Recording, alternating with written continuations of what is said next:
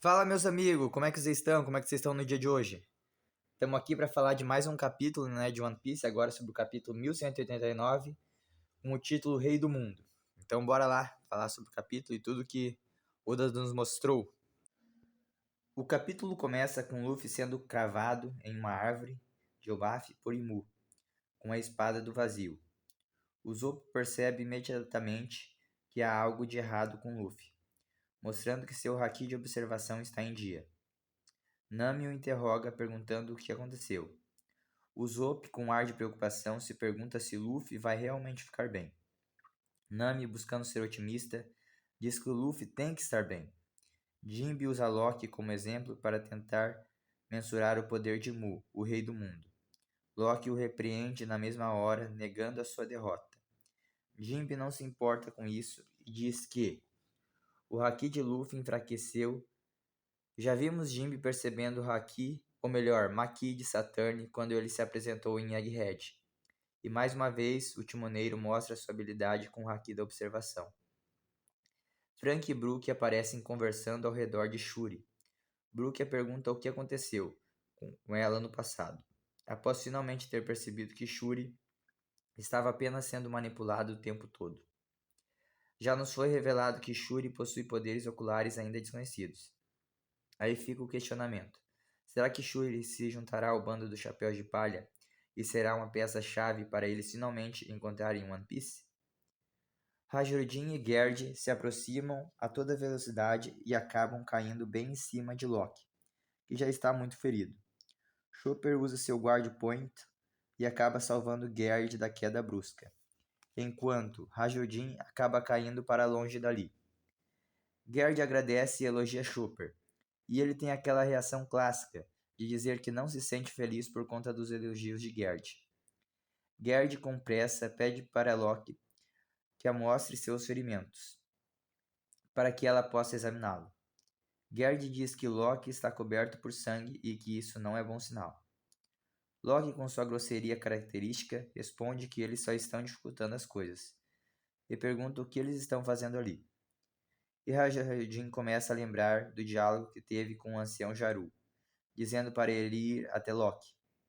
Rajardin toca no assunto das crianças, porém Jaru o adverte que mesmo que consigam recuperar as crianças, isso seria apenas uma solução temporária, pois ele percebe que a decisão de subjugar Elbaf não foi de maneira nenhuma tomada por decisão unânime do Reverie. Rajardin pergunta a Loki se ele conhece aquele cara, que no caso aqui é Imu. O capítulo corta novamente para o lugar onde Luffy e Mu se encontram. Imu destaca duas coisas. A primeira é a impossibilidade de Luffy de se mexer, e a segunda é que a lâmina do vazio se alimenta de força vital. O que já podemos perceber, pois no capítulo passado podemos ver as árvores da floresta de Elbaf secarem. Imu se questiona quantos golpes Luffy precisará receber para enfim perecer. Imu começa a falar sobre Luffy e seus dois irmãos, Ace e Sabo, um tendo sido morto pela marinha e o outro tendo ousado se destacar pelo exército revolucionário. E então, Imu perfura novamente Luffy, só que agora com a espada do deus do mar, que tem o nome de Fragashi. Fragashi é uma espada da mitologia celta que era conhecida como a retalhadora, ou aquela que dá a resposta, e era a espada que pertencia ao deus do mar, Manannan Maklir. É dito que essa espada enfraquecia seus inimigos e nenhuma armadura poderia bloqueá-la. O deus do mar é mencionado no texto Harley do Segundo Mundo como aquele que se enfureceu e fez com que o nível do mar se elevasse em 200 metros.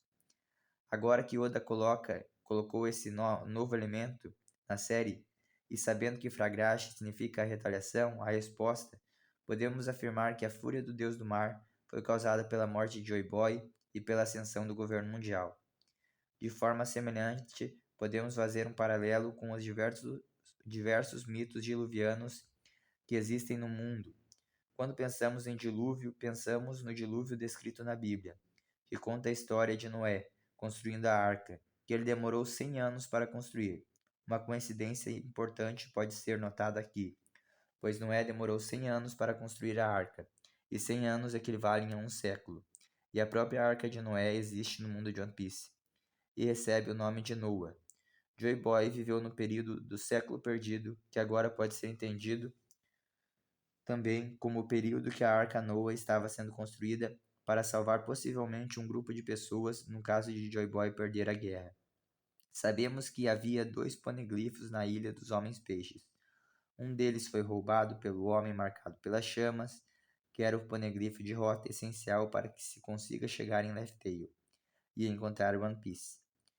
E o outro é um paneglifo comum que Nico Robin traduziu como sendo um pedido de desculpas de Joy Boy para Poseidon daquela época, nos levando a interpretar que depois de que a sereia recebeu e leu a carta de Joy Boy, ela se enfureceu e fez com que o mar se elevasse em 200 metros. Isso mostra a conexão que Oda está querendo criar com o mito diluviano descrito em Gênesis. Mas devemos lembrar que o próprio dilúvio descrito na Bíblia não é algo original da Bíblia, ou de origem judaica. O próprio dilúvio bíblico é inspirado em um conto mesopotâmico anterior à escrita bíblica, pois existem 2 possibilidades para a data em que os 5 primeiros livros da Bíblia, o Pentateuco, foram escritos. A primeira possibilidade aponta que eles foram escritos por Moisés, por volta do ano 1500 a.C. E a segunda é que eles foram escritos durante o tempo de 70 anos que os judeus foram cativos na Babilônia. Nós sabemos que a Babilônia estava localizada na Mesopotâmia, que recebe esse nome por ser uma terra localizada entre os rios Tigre e Eufrates, sendo que Meso significa meio e Potamo significa rio, ou seja, literalmente entre rios. Da Mesopotâmia, que o mito diluviano tem sua verdadeira origem. O mito diluviano também é contado em diversas outras culturas, sendo sempre mostrado como uma punição divina pela falta de força moral e espiritual dos habitantes do mundo. Algo interessante de se pontuar é que no mesmo texto que o dilúvio é narrado, há também uma passagem dizendo que havia gigantes sobre a terra. Há relatos de profetas que dizem que Adão, o primeiro homem criado por Deus, era um homem de grande estatura, ou seja, um gigante. E quando falamos grande estatura, não estamos falando de 2 metros ou 2 metros e 10, mas de uma estatura realmente gigantesca. Também é descrito na Bíblia que os primeiros seres humanos viviam muito mais do que os seres humanos vivem hoje, alguns chegando perto de viverem 1000 anos. Oda fez os gigantes do mundo de One Piece conseguindo viver pelo menos 3 vezes mais que os seres humanos comuns.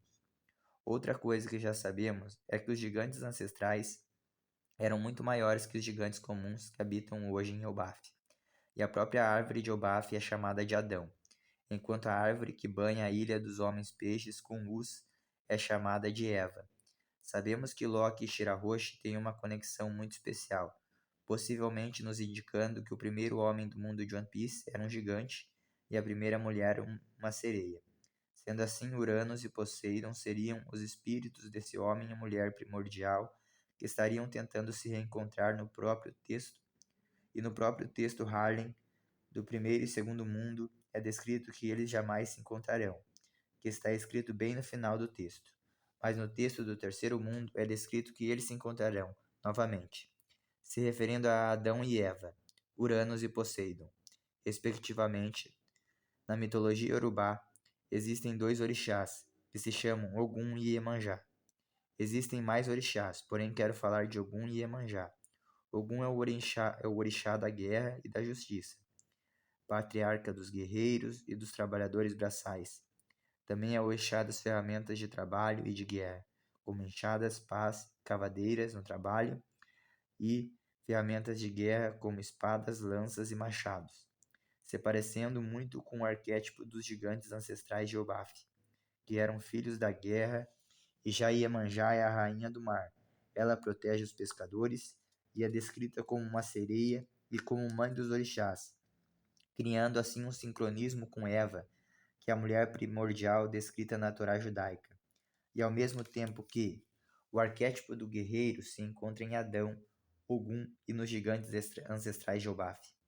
Voltando ao capítulo, Loki começa a narrar uma história contada por Shanks, logo após a morte de Harald, onde ele menciona que Aquele que estava manipulando Araldi era o rei do mundo. E que o tempo que permaneceu em Mary Joyce lhe fez ficar desacreditado, pois lá ele percebeu a dimensão do poder de Mu. Ele adverte Loki que não precisam lutar agora.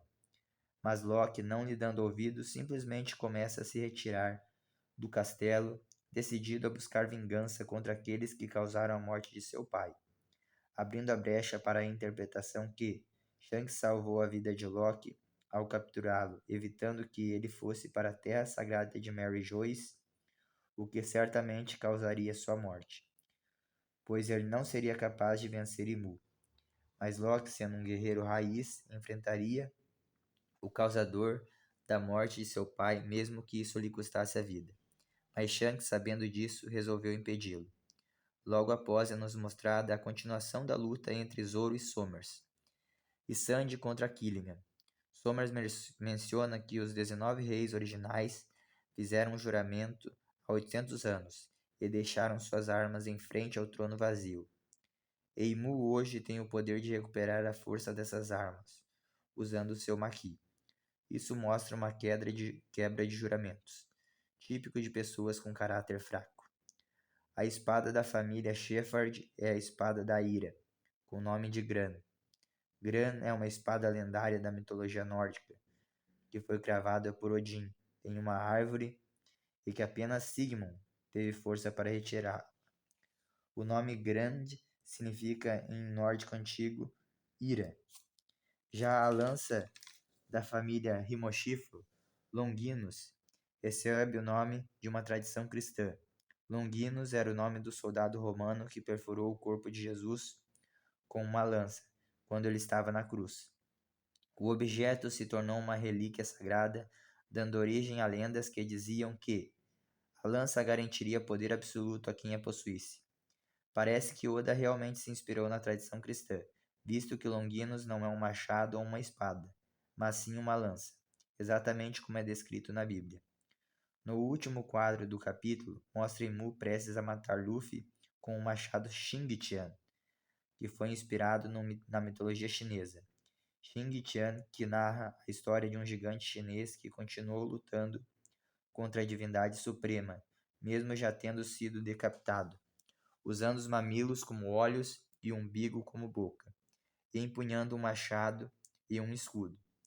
Agora podemos perceber que as armas usadas pelos 19 reis fundadores terão inspiração de diversas mitologias. Imu então usa o machado Xingqian para executar Luffy, dizendo que ele deveria se sentir honrado por ser morto com as armas que fundaram o mundo.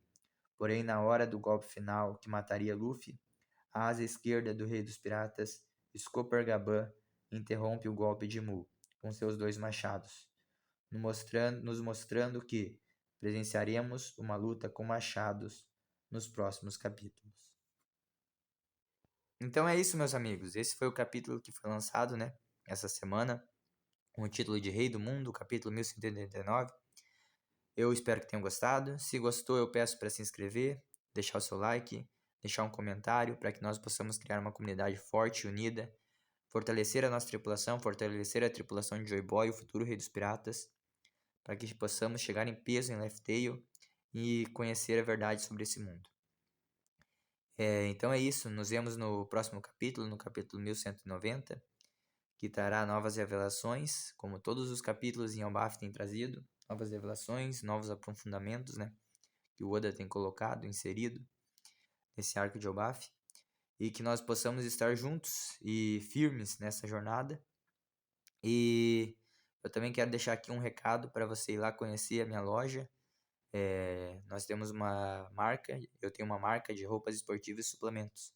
Se você gosta de treinar, gosta de praticar exercício físico, gosta de se cuidar, de cuidar da sua alimentação, então eu peço para você ir lá e conhecer os nossos produtos, os produtos da nossa marca, e com certeza vai ser de grande utilidade no seu treino, no seu dia a dia e para a sua saúde.